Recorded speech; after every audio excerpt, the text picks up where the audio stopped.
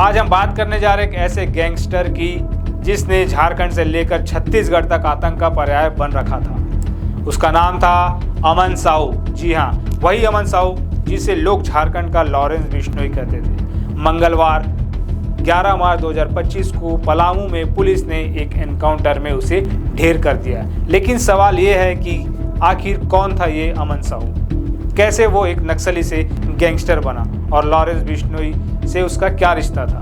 इस वीडियो में हम आपको उसकी पूरी कहानी बताएंगे, उसकी क्राइम की दुनिया से लेकर उसके अंत तक। तो वीडियो को अंत तक देखिए, लाइक कीजिए और सब्सक्राइब करना ना भूलिए। चलिए शुरू करते हैं। सबसे पहले बात करते हैं उस एनकाउंटर की जिसने अमन साहू की कहानी का अंत लिख दिया।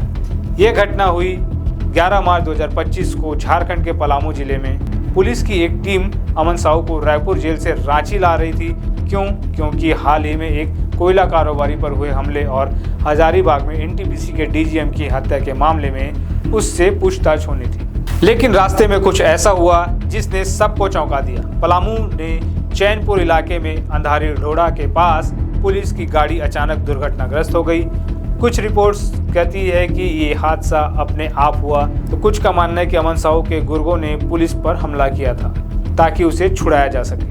हादसे के बाद अमन साहू ने मौके का फायदा उठाया। उसने एक स्पेशल टास्क फोर्स जवान से इंसास राइफल छीन ली और भागने की कोशिश की। उसने पुलिस पर फायरिंग भी शुरू कर दी जिसमें एक जवान घायल हो गया। लेकिन पुलिस भी पीछे नहीं हटी। जवाबी कार्रवाई में पुलिस ने गोली चलाई और कुछ ही मिनटों में अमन साहू वहीं ढेर हो गया। पलामू के डीआईजी वाईएस रमेश ने इसकी पुष्टि की और कहा कि स्थिति अब नियंत्रण में है। लेकिन इस एनकाउंटर ने कई सवाल खड़े कर दिए। क्या ये सचमुच एक हादसा था या फिर इसे प्लान किया गया था?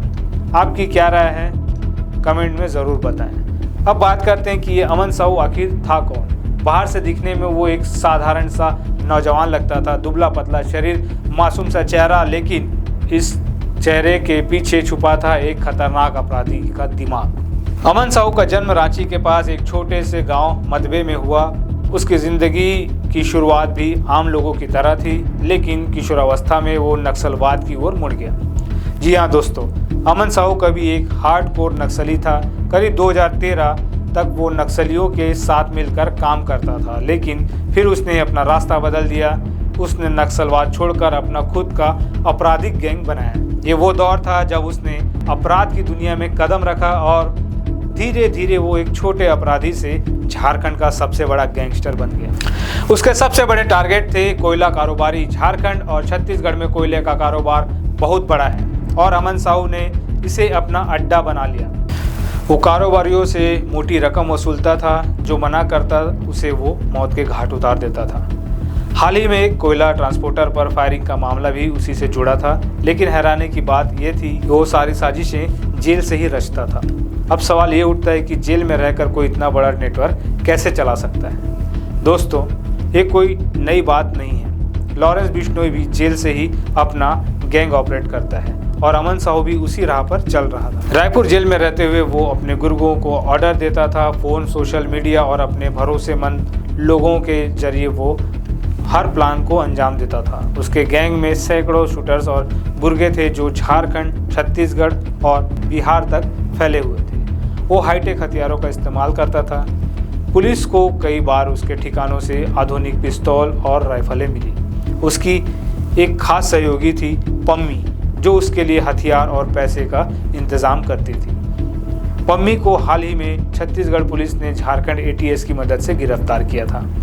अमन साहू का खौफ इतना था कि उसे ले जाने के लिए 40 से ज़्यादा जवानों की टीम लगाई जाती थी। फिर भी वो अपने गैंग को जेल की दीवारों के पीछे से चलाता रहा। ये बात पुलिस के लिए भी सिरदर्द बनी हुई थी, लेकिन उसका ये खेल अब खत्म हो चुका है। अब आते हैं उस सवाल पर जिसका जवाब हर कोई जानना चाहता है। अमन साहू और लॉरेंस बिश्नोई का क्या रिश्ता था? दोस्तों, लॉरेंस बिश्नोई आज देश का सबसे कुख्यात गैंगस्टर है, जो गुजरात की साबरमती जेल से अपना नेटवर्क चलाता है और पिछले कुछ सालों में अमन साहू उसका करीबी बन गया था। बताया जाता है कि अमन साहू लॉरेंस को शूटर्स और गुर्गे सप्लाई करता था। बदले में लॉरेंस गैंग से हाईटेक हथियार मिलते थे। एनआईए की जांच में भी ये बात सामने आई थी कि अमन साहू का गैंग लॉरेंस के साथ मिलकर कई बड़ी वारदातों को अंजाम दे रहा था। इतना ही नहीं, वो शूटर्स को सीमा पार भेजने में भी मदद करता था। लॉरेंस और अमन का ये गठजोड़ इतना मजबूत था कि दोनों एक दूसरे के लिए ज़रूरी हो गए थे। लॉरेंस को जहां शूटर्स की ज़रूरत थी, वहीं अमन को हथियार और पावर चाहिए थी। लेकिन अब अमन के मारे जाने के बाद ये सवाल उठ रहा है कि क्या लॉरेंस का नेटवर्क कमज़ोर होगा या फिर उसकी जगह कोई और लेगा। आप क्या सोचते हैं? कमेंट में अपनी राय ज़रूर शेयर करें। अमन साहू सिर्फ अपराध की दुनिया तक सीमित नहीं था, वो सोशल मीडिया पर भी खूब एक्टिव था। उसका फेसबुक अकाउंट कोई विदेश में बैठा शख्स चलाता था। वहाँ वो अपनी तस्वीरें पोस्ट करता था जिसमें वो हथियारों के साथ पोज देता नज़र आता था। हैरानी की बात तो ये है कि उसके एनकाउंटर से सिर्फ 15 घंटे पहले भी एक तस्वीर पोस्ट की गई थी। लेकिन सबसे चौंकाने वाली बात ये थी कि अमन साहू राजनीति में भी कदम रखना चाहता था। जी हाँ, उसने 2024 में झारखंड के बड़का गांव से विधानसभा चुनाव लड़ने की तैयारी की थी। उसकी मां किरण देवी ने उसके लिए नामांकन फॉर्म भी खरीदा था, लेकिन कोर्ट ने उसे इजाज़त नहीं दी। वो चाहता था कि अपराध की दुनिया से निकलकर वो एक नेता बने, लेकिन उसकी ये ख्वाहिश अधूरी रह गई। ये थी अमन साहू की कहानी, एक नक्सली से गैंगस्टर बने शख्स की जिसने झारखंड में आतंक मचाया और आखिरकार पुलिस एनकाउंटर में उसका अंत हुआ। उसका लॉरेंस बिश्नोई से रिश्ता, उसका सोशल मीडिया का खेल और उसकी राजनीतिक महत्वाकांक्षा हर पहलू हैरान करने वाला है। अब सवाल यह है कि क्या उसका गैंग खत्म हो जाएगा या फिर कोई नया चेहरा उसकी जगह लेगा।